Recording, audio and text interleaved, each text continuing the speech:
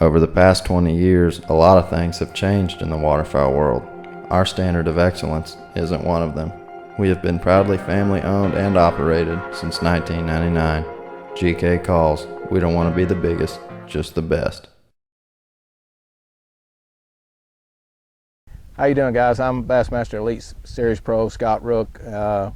Welcome to Michiana Outdoor News. I'm going to talk to you a little bit today about jig heads.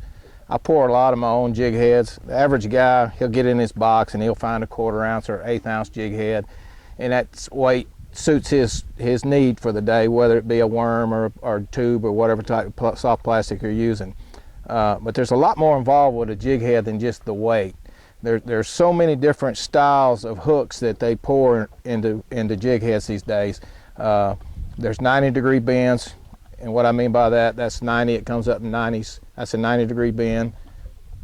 If you move in on that just a little bit, you'll see that. And this is a 60-degree bend. And there's a difference on how you're going to hook your bass with either one of these. If I'm making a real long cast in shallow water, I want the lowest bend that I can get, a 30 to a 60-degree bend. And why I want that is I want that jig head to come straight back. I don't want it with a 90-degree bend. What you end up with is that hook, that bend and that hook actually hitting the fish's mouth, and you pull and you think you've got him hooked, and when he opens his mouth it just pops out, and you lose a lot of fish when you make a long cast. Now on the other hand, with a 90-degree bend, if you're fishing extremely deep water, that's what I want to use, because when you pull straight up, it pulls the hook straight up and into the roof of his mouth.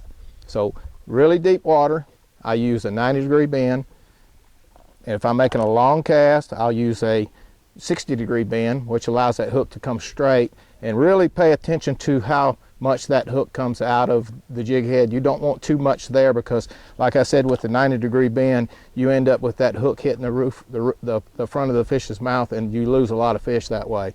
Another thing that I pay a lot of attention to is the wire size of my hook. If I'm making a long cast with light line, I want a light wire hook. Yeah, they're a little bit flimsy, but you've got a lot of room to play that fish. Now if you're catching a lot of big fish and you're using a little bit heavier line, I'll use a little bit heavier wire hook. So really pay attention to the bend in the hook and the wire size in the hook when you're choosing your jig head, not just the weight. I think that'll help you catch a lot more fish.